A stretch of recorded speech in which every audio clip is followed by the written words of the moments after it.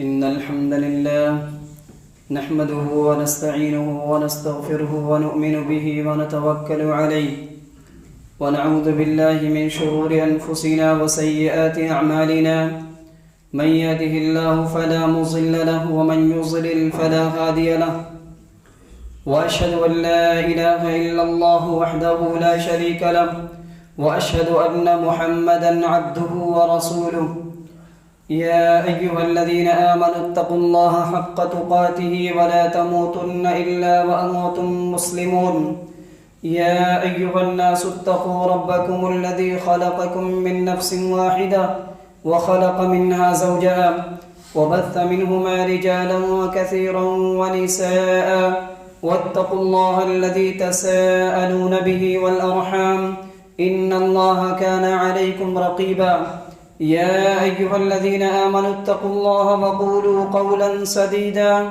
يصلح لكم أعمالكم ويغفر لكم ذنوبكم ومن يطع الله ورسوله فقد فاز فوزا عظيما أما بعد فإن خير الحديث كتاب الله وخير الهدي هدي محمد صلى الله عليه وسلم وشر الأمور محدثاتها وكل محدثة بدعة وكل بدعة ضلالة وكل ضلالة في النار فأعوذ بالله السميع العليم من الشيطان الرجيم بسم الله الرحمن الرحيم نحن نقص عليك نبأهم بالحق إنهم فتية آمنوا بربهم وزدناهم هدى وربطنا على قلوبهم إذ قاموا فقالوا ربنا رب السماوات والأرض لن ندعو من دونه إلها لقد قلنا إذا شططا هؤلاء قوم اتخذوا من دونه آلهة لولا يأتون عليهم بسلطان بين فمن أظلم ممن افترى على الله كذبا.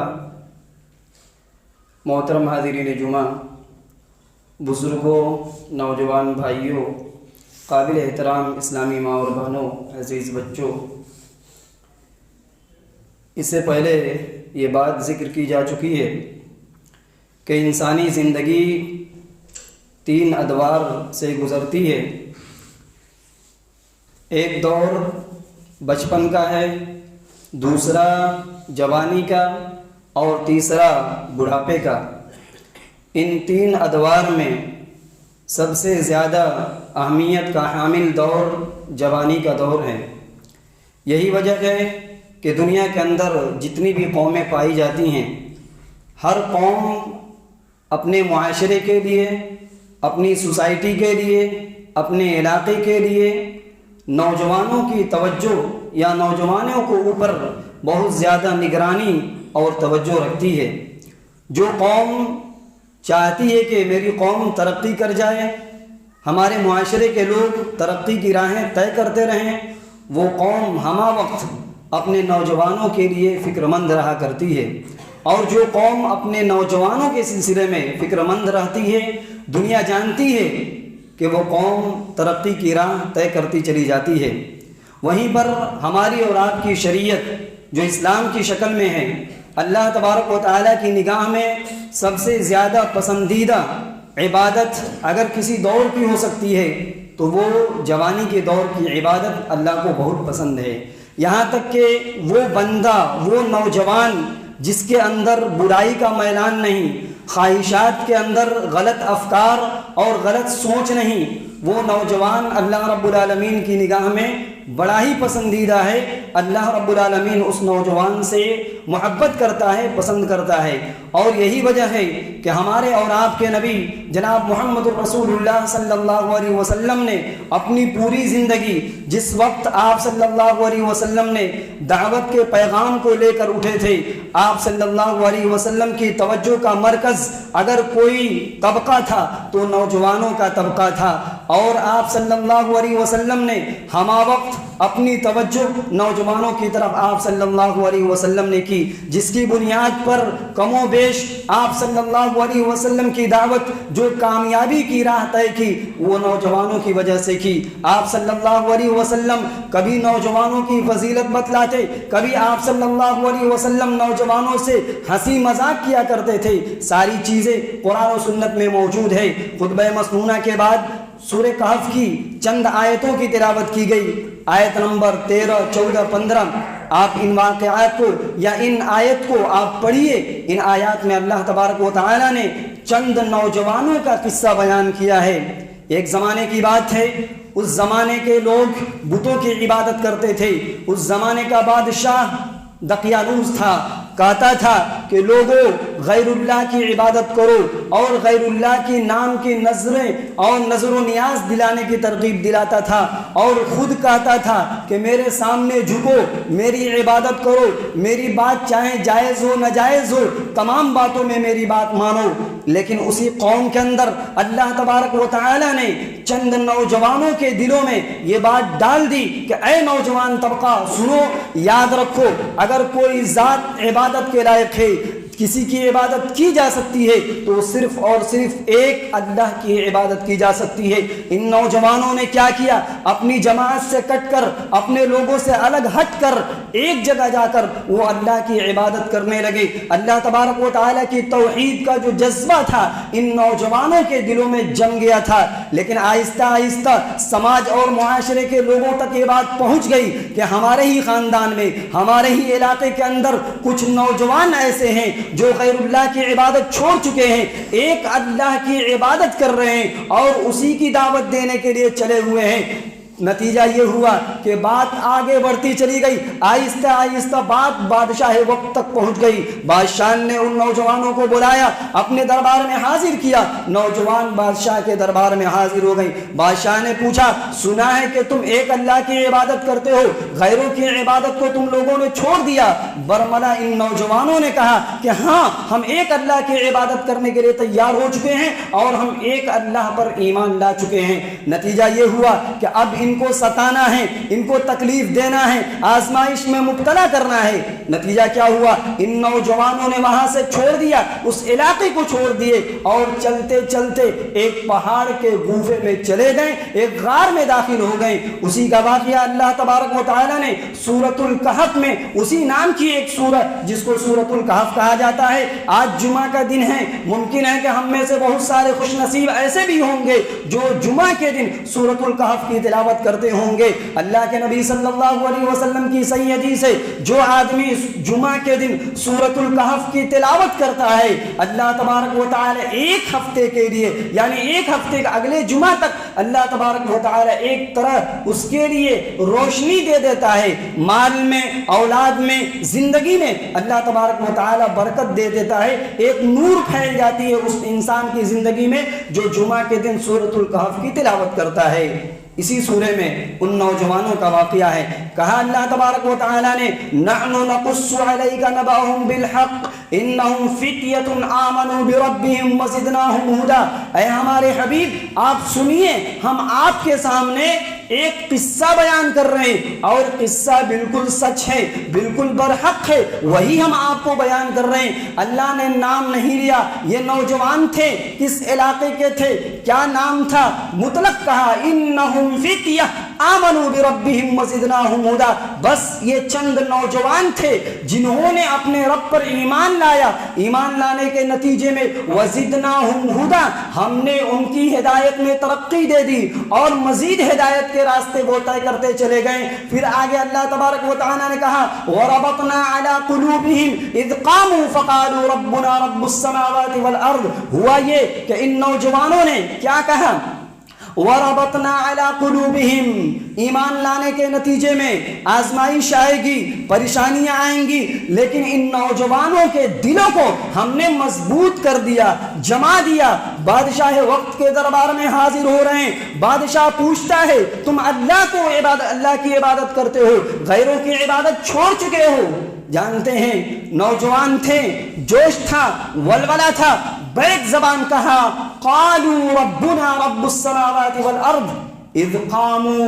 جب بادشاہ کے سامنے کھڑے ہو گئے، ان لوگوں نے کہا، ہاں ہم اسی کو رب مانتے ہیں جو آسمان کا رب ہے، زمین کا رب ہے، ہم غیروں کی عبادت نہیں کرتے۔ لن ندعو من دونه الہا لقد قلنا اذا شططا، اے بادشاہ وقت تم بادشاہ ہو سکتے ہو، دنیا کے بادشاہ ہو، طاقت ہے تمہارے اوپر، پاور ہے، تم سب کچھ کے مالک ہو سکتے ہو، لیکن یاد رکھو ہمارا رب وہی رب ہے جو آسمان کا ہے، زمین کا ہے، پوری کائنات کا ہے۔ اور کہا کہ لن ندعو من دونه الہا لقد قلنا اذا شططا، اور یہ بھی یاد رکھو یہ ناممکن ہے، ایسا ہو ہی نہیں سکتا۔ ہم سے یہ امید مت رکھنا، یہ توقع مت رکھنا کہ اب ہم اللہ کو چھوڑ کر تمہارے سامنے جھک جائیں گے یا غیروں کی عبادت کریں گے، اب یہ ہمارے لیے ناممکن ہے۔ اگر ہم نے ایسی بات کہی تو سمجھ لینا کہ یہ بات میری غلط ہے، ایسے ہو نہیں سکتا۔ اذ قلنا اذا شططا، اگر غیروں کی عبادت کریں گے تو یہ بہت بڑی بات ہوگی اور بڑی غلط بات ہوگی۔ پھر آگے کیا کہا؟ آگے ان لوگوں نے کہا ہؤلاء قوم اتخذوا من دونه آلہہ، بادشاہ تم بھی ہو اور یہ میری قوم کے لوگ ہیں جو اللہ کو چھوڑ کر غیروں کی عبادت کرتے ہیں۔ دیکھیے ان نوجوانوں نے تو ایک اللہ کو مانا، ایک اللہ کو سچا معبود مانا، ماننے کے بعد دعوت بھی دی اور اپنی قوم کے حوالے سے کہہ رہے ہیں یہ میری قوم ہے، یہ میری قوم کے لوگ ہیں جو اللہ کو نہیں سمجھ سکے، اپنے مالک حقیقی کو نہیں سمجھ سکے۔ تو نوجوان یہ سرمایہ ہوتا ہے کسی قوم کا، کسی معاشرے کا، اور دین کے کام میں یا کوئی بھی کام ہو آگے بڑھانے کے لیے بزرگوں کا، بڑوں کا مشورہ ہو سکتا ہے، سپورٹ ہو سکتا ہے، اور ان کی رائے ہو سکتی ہے، ان کی نگرانی میں کام کیا جا سکتا ہے، اور ایسا ہی ہوتا ہے۔ لیکن کام کو آگے بڑھانے والا جو طبقہ ہوتا ہے وہ نوجوانوں کا ہوتا ہے۔ موسیٰ علیہ السلام کے بارے میں اللہ تبارک و تعالیٰ نے ایک جگہ ذکر کیا سورہ یونس کی آیت نمبر 83 میں، فَمَا آمَنَ لِمُوسَى إِلَّا ذُرِّيَّةٌ مِّن قَوْمِهِ عَلَى خَوْفٍ مِّن فِرْعَوْنَ وَمَلَئِهِمْ أَن يَفْتِنَهُمْ وَإِنَّ فِرْعَوْنَ لَعَالٍ فِي الْأَرْضِ وَإِنَّهُ لَمِنَ الْمُسْرِفِينَ۔ کہا کہ موسیٰ علیہ السلام جس وقت توحید کی دعوت کو لے کر اٹھیں، فرعون کا زمانہ ہے، فرعون کا ظلم ہے، فرعون کی طاقت ہے، موسیٰ علیہ السلام ایک اللہ کی عبادت کی طرف لوگوں کو دعوت دے رہے ہیں۔ جانتے ہیں کیا ہوا؟ موسیٰ علیہ السلام پر ایمان لانے والی پوری قوم نہیں تھی۔ اللہ کہتا ہے فَمَا آمَنَ لِمُوسَى إِلَّا ذُرِّيَّةٌ مِّن قَوْمِهِ، فرعون کے قوم میں سے چند لوگ، مٹھی بھر لوگ ایمان لائے، لیکن ایمان لانے والے کون تھے؟ وہ نوجوان تھے۔ مفسرین کہتے ہیں وہ سب کے سب نوجوان تھے، لیکن نوجوانی کی حالت میں بھی فرعون کا ظلم اتنا زیادہ بڑا ہوا تھا، علی خوف من فرعون وملئہم، فرعون سے بھی ڈر رہے ہیں، اور فرعون کے جو حکام ہیں، اس وقت کے جو بڑے بڑے سردار ہیں، ان سے بھی ڈر رہے ہیں یہ نوجوان۔ کیوں؟ ان یفتنہم، ممکن ہے کہ ایمان لانے کے بعد، ایک اللہ کے اقرار کے بعد، ممکن ہے کہ یہ لوگ آزمائش میں مبتلا کیے جائیں۔ ہو سکتا ہے کہ فرعون ستائے، ظلم کرے، فرعون کے جو بڑے بڑے لوگ ہیں جن کو فرعون نے متعین کیا ہے ان پر ظلم و ستم ڈھائے۔ کیوں؟ وَإِنَّ فِرْعَوْنَ لَعَالٍ فِي الْأَرْضِ، اس لیے کہ فرعون اس وقت زمین میں اٹھا ہوا تھا، یعنی اپنے ملک کا بادشاہ تھا، بڑا انسان تھا، صرف بڑا ہی نہیں تھا، وَإِنَّهُ كَانَ مِنَ الْمُسْرِفِينَ، حد سے بھی آگے بڑھا ہوا تھا۔ ایک تو ظلم تھا اور حد سے زیادہ بڑا ہوا تھا، اللہ کے قانون کو توڑنے والا تھا۔ ابراہیم علیہ السلام وقت کے پیغمبر ہیں، اپنی قوم کو دعوت دے رہے ہیں، نوجوان ہیں، باپ کو سمجھا رہے ہیں، قوم کو سمجھا رہے ہیں، اور کہہ رہے ہیں ما هذه التماثيل التي انتم لها عاكفون، یہ جو بت ہیں جن کے سامنے تم مجاور بن کر بیٹھے رہتے ہو، یہ کیا ہیں، یہ کیا ہیں؟ ابراہیم علیہ السلام سوال کر رہے ہیں۔ جانتے ہیں قوم کے لوگوں نے کیا جواب دیا؟ قالوا وجدنا آباءنا، یہ کچھ نہیں ہے، بس یہ وہی ہیں کہ ہم نے اپنے باپ دادا کو ایسے ہی کرتے ہوئے پایا ہے، بتوں کی عبادت کرتے ہوئے پایا ہے۔ آگے چل کر بہت ساری باتیں ہیں، قوم کے لوگ میلے میں جاتے ہیں، گھومنے جاتے ہیں، ابراہیم علیہ السلام کو موقع ملا، نوجوان ہیں، جوش ہے، ولولہ ہے، تمام بتوں کو ڈھا دیے، گرا دیے۔ قوم کے لوگ واپس آتے ہیں، پوچھتے ہیں، کہتے ہیں من فعل هذا بآلهتنا، میرے اور ہمارے بتوں کے ساتھ ایسا کس نے کیا، کس نے ہمارے بتوں کو ڈھا دیا اور ختم کر دیا؟ لوگوں نے کہا قالوا سمعنا فتى يذكرهم يقال له ابراہیم، لوگوں نے کہا سنا ہے کہ ایک نوجوان ہے، سنا ہے کہ ایک نوجوان ہے جس کو ابراہیم کہا جاتا ہے، یعنی جس کا نام ابراہیم ہے۔ لوگ ابراہیم علیہ السلام کے پاس پہنچ رہے ہیں، کہا انت فعلت هذا بآلهتنا یا ابراہیم، اے ابراہیم بہت نوجوانی کا جوش ہے، کیا تو نے ہمارے بتوں کے ساتھ ایسا کیا ہے؟ کیا تو نے ہمارے بتوں کے ساتھ ایسا کیا ہے؟ ابراہیم علیہ السلام نے جواب دیا بل فعلہ کبیرہم، کہ بلکہ ان کے جو بڑے ہیں اس نے ایسا کیا ہے۔ بتلانا اصل مقصود یہ ہے کہ ابراہیم علیہ السلام بھی نوجوان ہیں، دعوت توحید کے کام کو آگے بڑھا رہے ہیں، یعنی توحید میں حصہ لینا ہے، دین کی باتیں آگے بڑھانی ہیں، تو نوجوانی کے وقت کو لگایا جائے۔ اللہ تبارک و تعالیٰ کی نگاہ میں جوانی کی اتنی اہمیت ہے کہ اللہ تبارک و تعالیٰ کی نگاہ میں اگر وہ نوجوان جس کے اندر طاقت ہے، قوت ہے، تمام مومنوں سے وہ اچھا بھی ہے اور تمام مومنوں سے اللہ کی نگاہ میں سب سے زیادہ پسندیدہ ہے۔ ایک حدیث کے اندر آیا عن ابی ہریرہ رضی اللہ عنہ قال قال رسول اللہ صلی اللہ علیہ وسلم المؤمن القوی خیر واحب الى اللہ من المؤمن الضعیف وفی کل خیر احرص علی ما ينفعک واستعن باللہ ولا تعجز وإن أصابك شيء فلا تقل لو أني فعلت كان كذا وكذا ولكن قل قدر الله وما شاء فعل فإن لو تفتح عمل الشیطان رواہ مسلم فی کتاب القدر، صحیح مسلم کی روایت ہے۔ حضرت ابو ہریرہ فرماتے ہیں کہ پیارے نبی صلی اللہ علیہ وسلم نے ارشاد فرمایا المؤمن القوی خیر وأحب إلى الله من المؤمن الضعیف، طاقتور مومن سب سے زیادہ بہتر ہے اور اللہ کی نگاہ میں سب سے زیادہ محبوب ہے کمزور مومن سے۔ دنیا جانتی ہے، قرآن کی آیت سے بھی ثابت ہے، تجربات سے بھی ثابت ہے کہ جوانی کی عمر طاقتور کا دور ہوتا ہے۔ جوانی میں آدمی ہر اعتبار سے مضبوط ہوتا ہے، ہر اعتبار سے پرفیکٹ اور کمپلیٹ ہوتا ہے۔ جوانی میں اگر آدمی صحیح کام کرتا ہے اللہ کی نگاہ میں وہ سب سے زیادہ محبوب بھی ہے اور کمزور مومن سے وہ اچھا بھی ہے اور اللہ اس کو پسند نہیں کرتا ہے۔ لیکن جو لوگ کمزور ہیں وہ مایوس نہ ہو، وہ بھی اچھے ہیں۔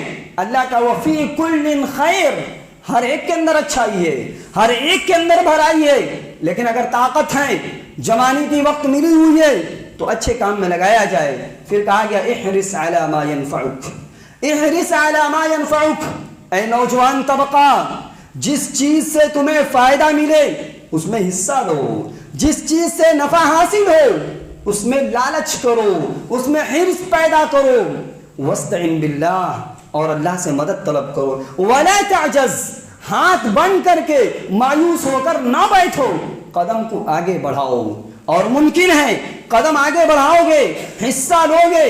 وَإِنْ أَصَابَكَ شَيْءٌ، اگر کوئی پریشانی آ جائے، کام کر رہے تھے، جس مقصد میں لگے ہوئے تھے، نتیجہ اگر غلط آ جائے، نتیجہ اگر مخالف آ جائے، الٹا آ جائے، وَإِنْ أَصَابَكَ شَيْءٌ، اگر کوئی بات پہنچ جائے، کوئی مصیبت آ جائے، نتیجہ خراب ہو جائے، فَلَا تَقُلْ لَوْ أَنِّي فَعَلْتُ كَانَ كَذَا وَكَذَا، اگر یعنی غلط نتیجہ آ جائے تو یہ نہ کہو کہ اگر یہ کام میں ایسے کیا ہوتا تو ایسا ہو جاتا۔ یعنی اگر کوئی آدمی کسی کام میں لگا ہوا ہے، کوئی کام کر رہا ہے، خلاف نتیجہ آیا تو آدمی یہ نہ کہے کہ اگر میں ایسا کیا ہوتا تو ایسا ہو جاتا، بلکہ کیا کہا جائے ولیکن قل، لیکن یہ کہو قدر اللہ، یہ اللہ کا فیصلہ تھا، یہ اللہ کا فیصلہ تھا، ما شاء فعل، اللہ جو چاہتا ہے کرتا ہے۔ کیوں یہ نہ کہا جائے کہ اگر ایسا کیا ہوتا، اگر اتنی محنت کی ہوتی تو ایسا ہو جاتا، یہ وقت اختیار کیا ہوتا تو کامیاب ہو جاتا، کیوں نہ کہو فَإِنَّ اللَّغْوَ تَفْتَحُ عَمَلَ الشَّيْطَانِ، اس لیے کہ اگر کہنا یہ شیطان کے دروازوں کو کھول دیتا ہے، یعنی شیطانی کام آدمی کر جائے گا۔ لہذا نوجوانوں کو نصیحت کی جا رہی ہے اس حدیث کے اندر کہ نوجوانی کی وقت کی قدر کی جائے۔ جوانی یا نوجوانی یا اللہ کو اتنی پسند ہے کہ اللہ دنیا میں بھی پسند کرتا ہے، اور مرنے کے بعد جنتی لوگ جب جنت میں جائیں گے ان کی عمر کتنی ہوگی؟ جنتی لوگوں کی عمر کتنی ہوگی؟ 30 سال 33 سال کے بیچ میں ہوگی۔ ایک حدیث کے اندر آیا عن معاذ بن جبل رضی اللہ عنہ ان النبی صلی اللہ علیہ وسلم قال يدخل اہل الجنة الجنة جردا مردا مكحلین ابناء 30 او 33 سنة، رواہ الترمذی فی کتاب صفۃ الجنہ۔ معاذ بن جبل رضی اللہ تعالیٰ عنہ فرماتے ہیں کہ بے شک پیارے نبی صلی اللہ علیہ وسلم نے ارشاد فرمایا يدخل اہل الجنة الجنة جردا مردا مكحلین، جنتی جنت میں داخل ہوں گے، حالت کیا ہوگی؟ بدن پر کسی طرح کا کوئی بال نہ ہوگا، بدن میں کسی طرح کا کوئی بال نہ ہوگا، مونچھ داڑھی نہیں ہوگی، خالی ہے، اور مکحلین، سرمگی آنکھوں والی ہوگی، یعنی ایسی آنکھ ہوگی ان کی، سرما نہیں لگائے ہوں گے لیکن ایسا محسوس ہو رہا ہوگا، دکھائی ایسے دے گا کہ لگ رہا ہے کہ وہ سرما لگائے ہوئے ہیں۔ کیسے ہوں گے؟ ابناء 30 سال کے ہوں گے، او 33 سنتن، یا 33 سال کے، یعنی اہل جنت جنتی لوگوں کی عمریں نوجوانی کی عمر ہوگی، یعنی 30 سے 33 سال کے ہوں گے۔ اچھا، ایک آدمی دنیا کے اندر آیا، بچپنے کا دور پورا کیا، جوانی کے عالم میں آیا، اور ٹینشن بنا رہتا ہے کہ یہ جوانی ہمیشہ نہیں رہے گی، ختم ہو جائے گی، بوڑھا ہونا ہے، کمزوری کے دور سے گزرنا ہے۔ جنت میں یہ ٹینشن بھی نہیں ہے۔ عن ابی ہریرہ رضی اللہ عنہ قال قال رسول اللہ صلی اللہ علیہ وسلم ینادی مناد ان لکم ان تصحوا فلا تسقموا ابدا وان لکم ان تحیوا فلا تموتوا ابدا وان لکم ان تشبوا فلا تهرموا ابدا وان لکم ان تنعموا فلا تیأسوا ابدا۔ فقول ذلك قوله عز وجل ونودوا ان تلكم الجنة اورثتموها بما كنتم تعملون، رواه مسلم فی کتاب صفۃ الجنہ۔ صحیح مسلم کی حدیث ہے۔ حضرت ابو ہریرہ فرماتے ہیں کہ پیارے نبی صلی اللہ علیہ وسلم نے ارشاد فرمایا ینادی مناد، جب جنتی جنت میں چلے جائیں گے ایک آواز لگانے والا آواز لگائے گا، ایک آدمی پکارنے والا پکارے گا، کیا کہے گا؟ اے جنتی لوگو، جنت میں آ گئے ہو، سنو، ان لکم ان تصحوا فلا تسقموا ابدا۔ دنیا میں بہت طرح کی پریشانی تھی، ڈرتے تھے، خوف کھاتے تھے کہ کبھی بیمار نہ ہو جاؤ۔ ان لکم ان تصحوا فلا تسقموا ابدا، خوش ہو جاؤ، تم ہمیشہ صحت مند رہو گے، فلا تسقموا ابدا، کبھی بیمار نہیں پڑو گے، فلا تسقموا ابدا، کبھی بیمار نہیں پڑو گے۔ پھر کہا گیا ان تحیوا فلا تموتوا ابدا، جنازے میں جاتے ہو، میت کو دیکھنے جاتے ہو، کبھی کبھی اپنے بارے میں سوچ لیتے ہو کہ مرنا ہے، ان تحیوا فلا تموتوا ابدا، خوش ہو جاؤ، جنت میں آ گئے ہو، ہمیشہ زندہ رہو گے، کبھی مرو گے نہیں۔ وَإِنَّ لَكُمْ أَن تَشِبُّوا فَلَا تَهْرَمُوا أَبَدًا، دنیا میں کریم، پاؤڈر، جیم سب کچھ کرتے تھے، کیوں؟ جوانی برقرار رہے، ہمیشہ زندہ رہو، بوڑھا نہ ہو۔ جنت میں آ گئے ہو، ان تشبوا فلا تهرموا ابدا، ہمیشہ جوان رہو گے، بوڑھا نہیں ہوگے۔ پھر آگے کہا گیا وَإِنَّ لَكُمْ أَن تَنْعَمُوا فَلَا تَبْأَسُوا أَبَدًا، دنیا میں کبھی پیسہ مل جاتے تھے، اچھی زندگی مل جاتی تھی، طرح طرح کی فیسلٹیز اور آسانیاں آپ کو مل جاتی تھی، لیکن پھر بھی صدمہ رہتا تھا، پتہ نہیں مصیبت آ جائے، پریشانی آ جائے، یہ نعمت چھین جائے، تکلیف والی زندگی مل جائے۔ اللہ کے رسول فرماتے ہیں ان تنعموا فلا تبأسوا ابدا، ہمیشہ ناز و نعمت کی زندگی میں رہو گے، مایوسی نہیں آئے گی۔ اور دلیل دیا اللہ کے نبی صلی اللہ علیہ وسلم نے، اللہ تعالیٰ نے یہی بات قرآن کریم کے اندر بیان فرمائی، وَنُودُوا أَن تِلْكُمُ الْجَنَّةُ الَّتِي أُورِثْتُمُوهَا بِمَا كُنْتُمْ تَعْمَلُونَ۔ سنو، آواز لگایا جائے گا جنتی لوگوں کے بارے میں، وَنُودُوا أَن تِلْكُمُ الْجَنَّةُ، اے جنتیوں یہ جنت تمہارے لیے ہے، جنت کے تم وارث بنا دیے گئے۔ کیوں؟ بِمَا كُنْتُمْ تَعْمَلُونَ، جو تم عمل کرتے تھے اسی عمل کے بدلے اللہ تعالیٰ نے تم کو جنت کا وارث بنا دیا۔ یہ ساری باتیں نوجوانوں کے حوالے سے ہو رہی ہے۔ نوجوانوں کی فضیلت جہاں دنیاوی اعتبار سے ہر قوم کی نگاہ میں ہوتی ہے، اس سے کہیں زیادہ اہمیت اور اس کا مقام ہماری شریعت میں دی گئی ہے، اللہ تبارک و تعالیٰ کی نگاہ میں اور محمد رسول اللہ صلی اللہ علیہ وسلم کی نگاہ میں اور صحابہ کرام کی زندگی میں ہے۔ لیکن ساری فضیلتیں اور سارے مقام اور رتبے ہم جانتے ہیں، سنتے ہیں، لیکن حالات یہ بتاتے ہیں، لوگوں کی زندگی کے رویے یہ بتاتے ہیں، نوجوان بھائیوں کی زندگی جینے کے اسٹائل یہ بتاتے ہیں کہ نوجوان اپنے مقام کو کھو بیٹھے ہیں، جو ان کا مقام اور جو رتبہ بتائے جا رہے ہیں اس کو ہم کھو بیٹھے ہیں۔ حالات یہ کہہ رہے ہیں کہ نوجوان بگاڑ کا شکار ہے، نوجوانوں کے اندر بے راہ روی اور غلط رویے طرح طرح کے پائے جاتے ہیں۔ آخر کیوں کسی بھی قوم کا، کسی بھی سماج کا نوجوان بگڑتا کیوں ہے؟ ایک نوجوان جس کے اندر جسمانی طور پر قوت ہوتی ہے، طاقت ہوتی ہے، سوجھ بوجھ کی صلاحیت ہوتی ہے، پھر بھی وہ نوجوان بگڑ کیوں جاتا ہے؟ بارہا یہ شکایت ملتی ہے کہ فلاں صاحب کے لڑکے بگڑ گئے، فلاں صاحب کا نوجوان بے راہ روی کا شکار ہو گیا، غلط راستے پر چلا گیا۔ یہ شکوے شکایت تو بارہا سننے کو ملتے ہیں۔ کیا اسباب ہے؟ کیا ریزن ہے؟ انشاءاللہ ہم اس پر گفتگو کریں گے۔ ایک وجہ جو کہ بنیادی ہے، ذکر کرنے کے بعد بات ختم کریں گے۔